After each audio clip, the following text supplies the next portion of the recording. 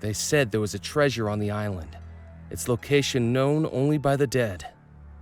I could see it in my dreams. How was I supposed to know that in order to find it, I'd have to die too?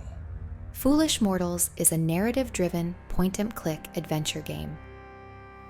Obsessed with finding the lost treasure of Bellemore Manor, Murphy McCallan encounters ghosts, voodoo, and an evil phantom who wants the treasure as their own.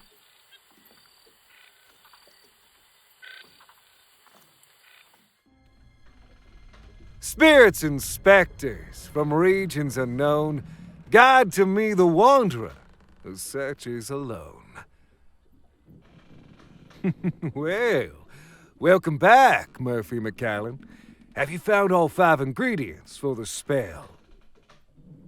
I found 3 so far. Only 2 are left, the chalk and the coffin nails. Hurry. The island will lead you to that which you seek. I have no doubt about that. Do you know what happened at Bellemore Manor?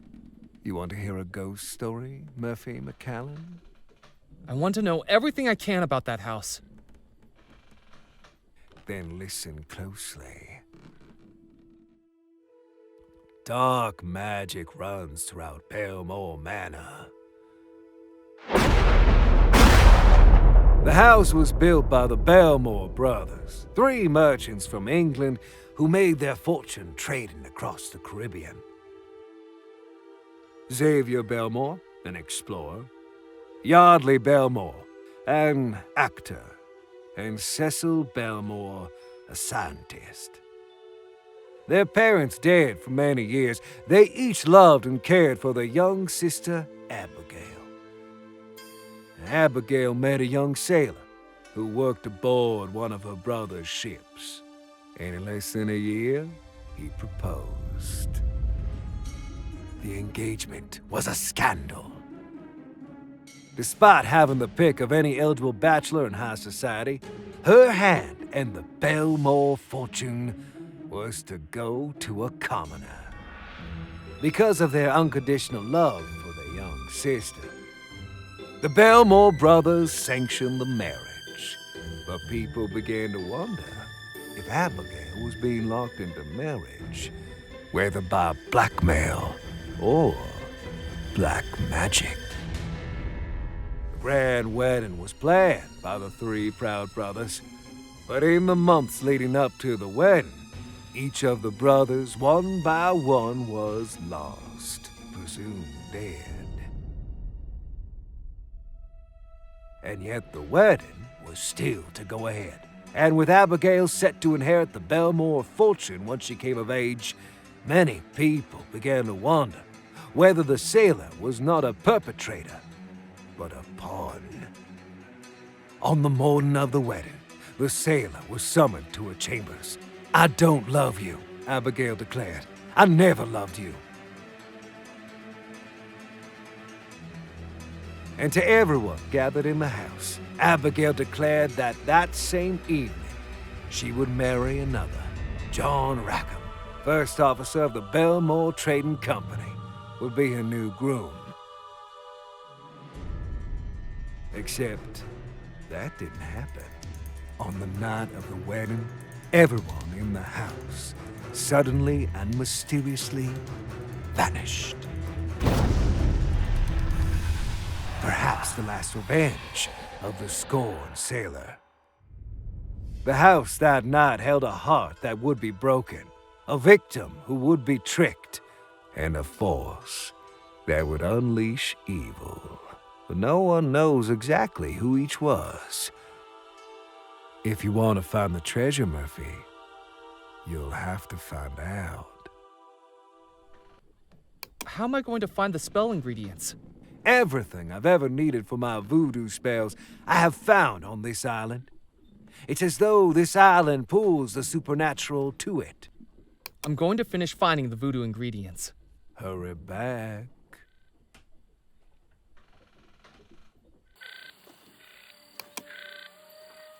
I took the taxidermied fish from the rotting wooden frame.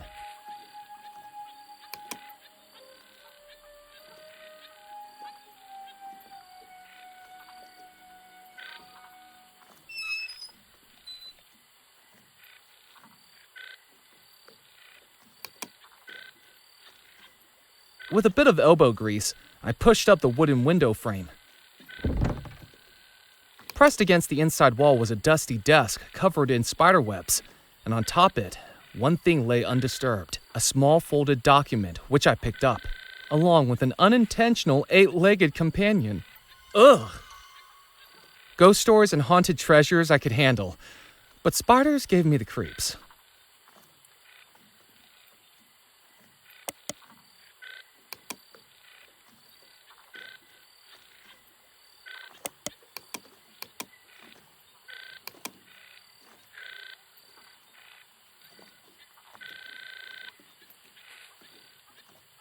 I filled up the bottle with the swamp water.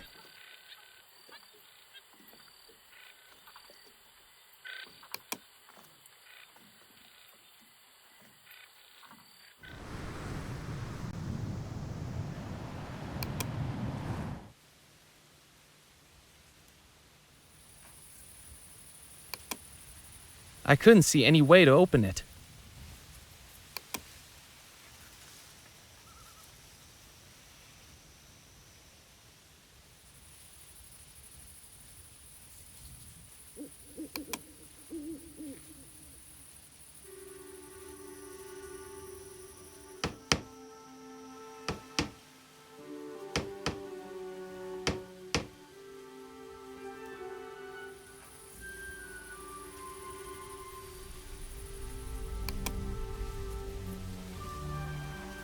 Hello. Ah, consarn it! Don't sneak up on people like that. You frighten the dying daylights out of me. He looked at me like he'd seen a ghost. Sorry, you seem a little jumpy? I thought you were those pesky kids again. Kids don't seem like a reason to be scared. They're little terrors. I'm sure they're gonna give me a heart attack. Last week they showed up with a doctor's note they forged, saying a man I'd buried that day was just a very deep sleeper. 7 hours I was out here digging him up, at my age! And was he sleeping? Dead as a dodo, just like those kids will be if I get my hands on them. Have you got any spare coffin nails? No, I don't got any to spare. I have to buy these out of my own pocket. Do you know how much the parish gives me per burial nowadays? A pittance. The roof's leaking, my table's broken. I've used floorboards to build some of the coffins. Take my advice. Don't go into this line of work. I'm telling you, undertaking's a dying business. I best be running along. Don't drop dead. I don't want anything else adding to my to-do list.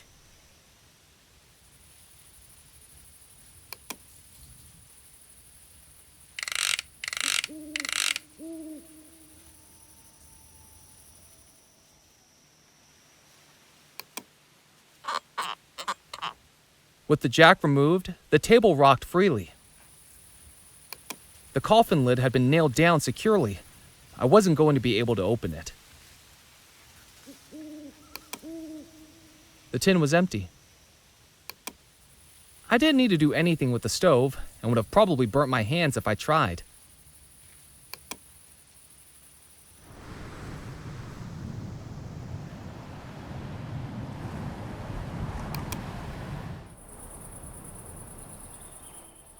Framed by trees and lit by moonlight, Bellemore Manor stood imposingly in the still night air. Even without lights on, it felt like something inside the house was calling me, or warning me.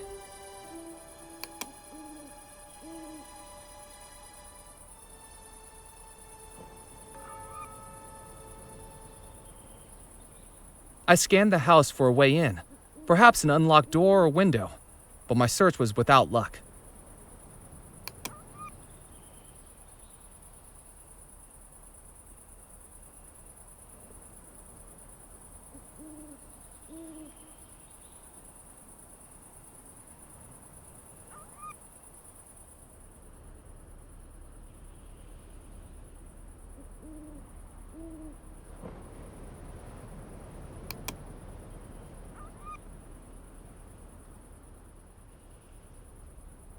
From the gathering moss and rust, it was clear the patio set hadn't been used in decades.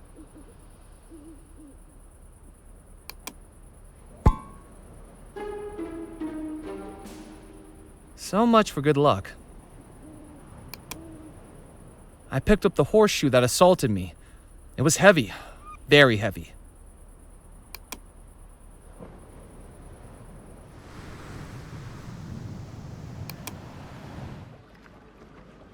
Walking into the port town of Dead Nettle, I could sense its history in every stone, brick, and plank. Echoes of merchant ships loading and unloading all manner of cargo from expeditions throughout the Caribbean. Golden treasure that may still lie hidden on the island. The fishing net was so worn, it looked like it might fall apart at any moment. It wasn't going to be of any use to me.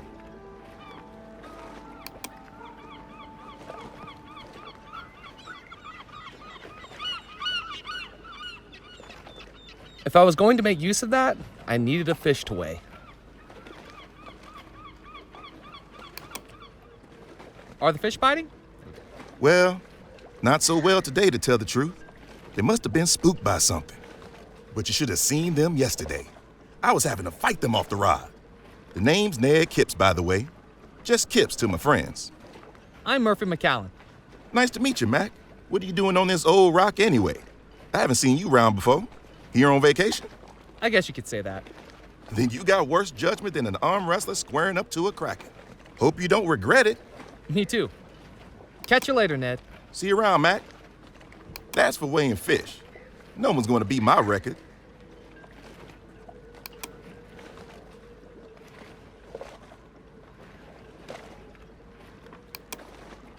With the ripped seam as an opening, I placed the horseshoe inside the taxidermied fish. Now it was heavy.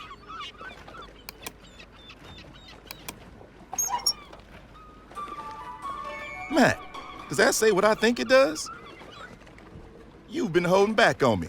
That breaks my record. You, what's your name?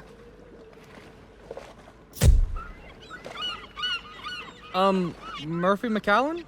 You just broke the island fishing record. How did you hear about this so fast? It's my job to know about things fast. Now, I'm doing the questions here. So what led to this unbelievable turn of events? Years of practice? Or a one-in-a-million fluke? Did the fish just jump into your lap as you walked the quayside? Was the fish dropped by a passing seagull? Would have been a pretty darn big seagull. Just beginner's luck, I guess. As I suspected, well, as much as it pains me to say it, you're the cover story on this evening's edition of the Juniper Parish Gazette, and this is why I'm not getting a Pulitzer.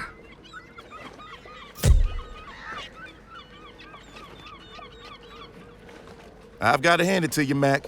That fish is a whopper. I wouldn't believe it myself if I hadn't seen it with my own eyes.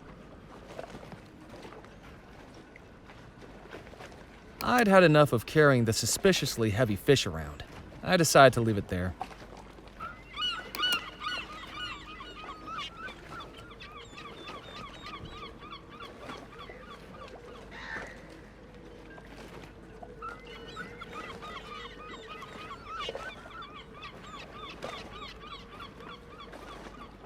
The latest newspaper contained a photograph of the fisherman on the docks, with a headline declaring he'd just broken the island's heaviest catch record. Nothing else was of interest.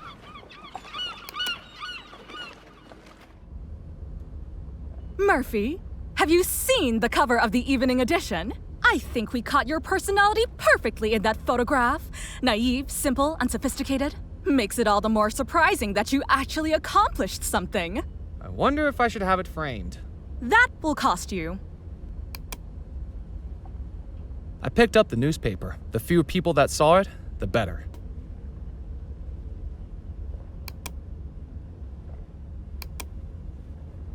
Don't even think about touching that machine. I wasn't going to get ink all over my hands.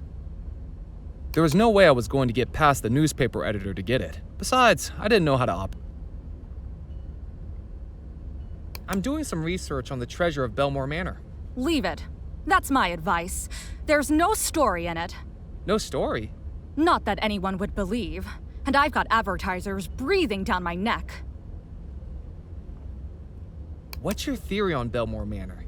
This might sound far-fetched, but I think it was hypnotism. All the puzzle pieces make sense. Who was hypnotized?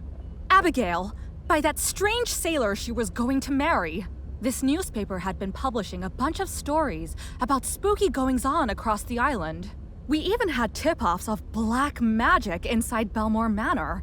Can you believe it? Who was doing black magic? Well, we weren't told for sure, but it makes sense, doesn't it? The sailor! Why else would someone as powerful as Abigail want to marry a lowly manual worker like him? Come the night of the wedding, and she wised up. Married John Rackham, the company's first officer. Much more on her social standing, and a responsible choice for the company. I think I better be going. Keep your eyes out for a story, McCallan. There are secrets on the island, and it's my job to sell advertisements next to them.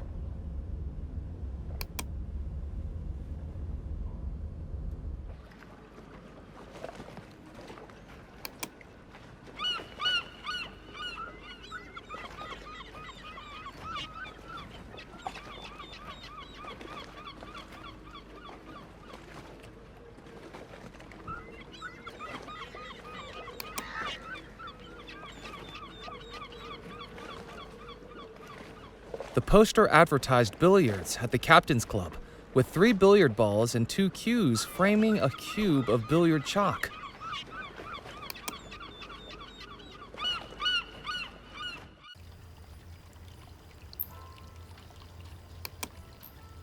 There was nothing in the fountain apart from a rim of moss. Good evening. He looked past me like I was invisible, as though if he ignored me hard enough, there was a chance I'd disappear. I said good evening? I suppose, if one's standards are low enough. Have you taken a wrong turn, sir? I'm just having a look around. Well, make it a quick one. What is this place? This, sir, is the Captain's Club, a private members club for current and retired sea and riverboat captains. We are highly exclusive. Are you a captain? He asked with a smugness that told me he already knew the answer. I thought not. Then may I recommend a swift exit? You'll find a convenient egress approximately 180 degrees to starboard. If you like, I can give you a good swift kick in the right direction, sir. And don't feel a need to stop walking until your ankles get soggy. What makes you think I'm not a captain? Well, for one thing, you lack the grizzle, the crustiness, the essential R of a captain. How do I get those? Years of exposure to salt water and sullen, uncooperative crew members, I should think. Tell me, have you ever captained a 3-rigger through a tropical typhoon? Have you ever run the rapids of the Mississippi without hitting a single reef? Wind in your sails, fire in your furnace, waves beneath your keel? Have you? Well, it's more complicated than that. In what way? I get seasick. I best be casting off.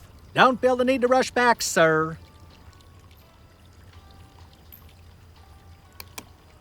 Carefully, I cut my photograph out of the newspaper. I stuck the cutout photograph onto the still tacky interior of the captain's license. It was convincing enough. My credentials.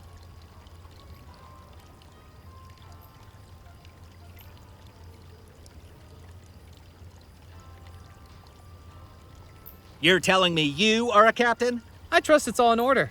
Look, Sonny, the bylaws of this club only allow the club manager to verify a captain's license. And Mr. Perkins is enjoying his backgammon evening with Mrs. Perkins and the ladies this evening, with strict instructions not to be disturbed. So I'll be accepting this tonight, but try this again tomorrow night and it'll be another story. Now, with that said, a warm and hearty welcome to the Captain's Club. We sincerely hope you make use of and enjoy our facilities, and do please let me know if I can be of any assistance at all.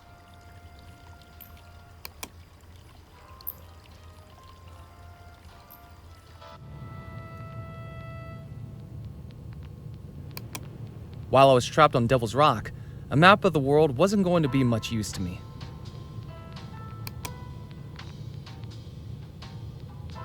The cabinet was locked. It was locked.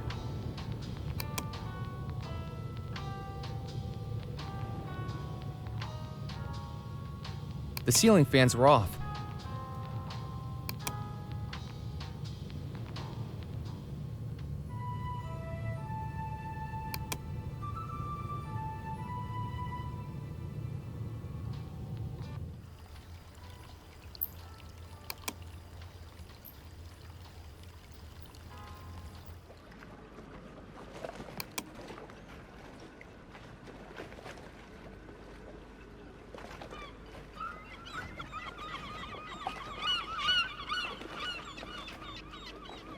gruff mumbles emanated from inside the puppet theater. Obviously, preparation for tonight's show was already underway.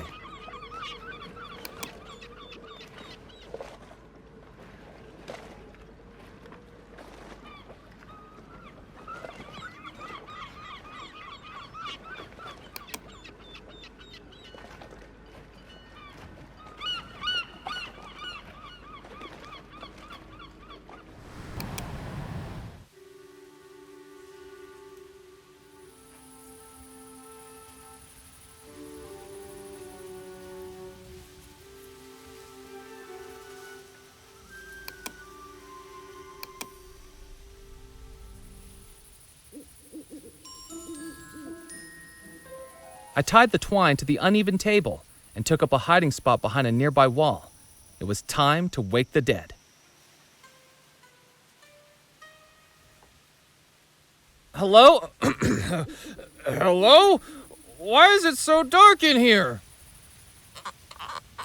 Huh? Who's that? I'm stuck! Help! Help! If that's you kids... Get me out of this thing! Oh, no, not again.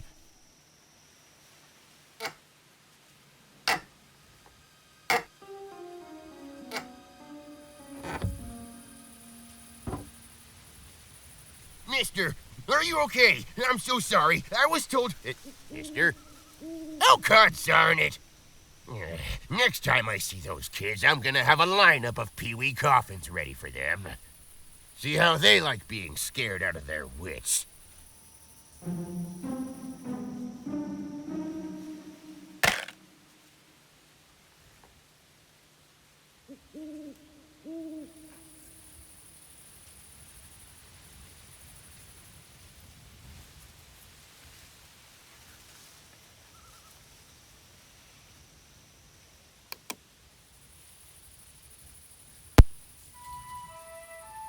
I picked up the handful of discarded coffin nails from the tin.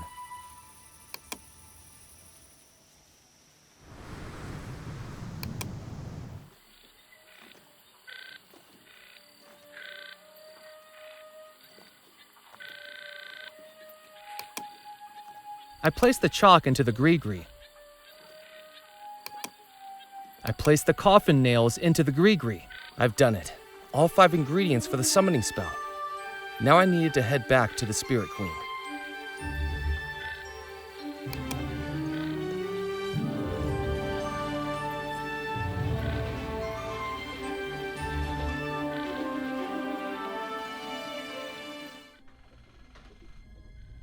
Murphy, have you done what was asked of you? I have. Wonderful. Now, it is time for the final step. Out of the darkness, the sadness, the fear, I command you, my servant, now to appear!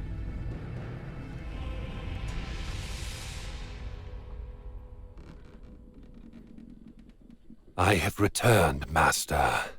What is your desire? The ingredients have been gathered.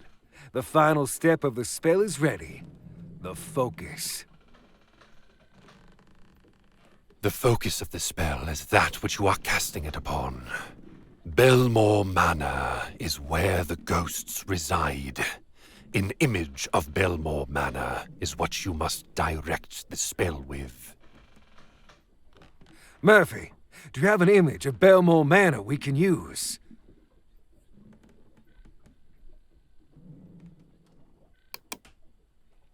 Yes, Murphy. That will work. Place it inside the gree-gree as the final ingredient. I folded the magazine cover and placed it inside the gree-gree. The spell is ready. Finally, the ghosts will be free again. Open the gree-gree, Murphy, and that will cast the spell. With some trepidation, I took the gree-gree from my pocket and then, with a deep breath, opened it.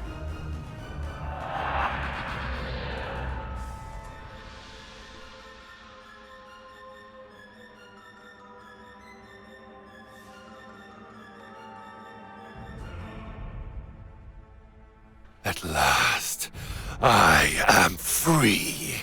Servant, what's happening? I was never your servant. I am your master. You shall do my bidding. I command you. Foolish mortal, you have served your purpose. No longer do I need to manifest as an ephemeral specter. Now my true spirit form is freed. Lower. Do as I say. You have no more use to me.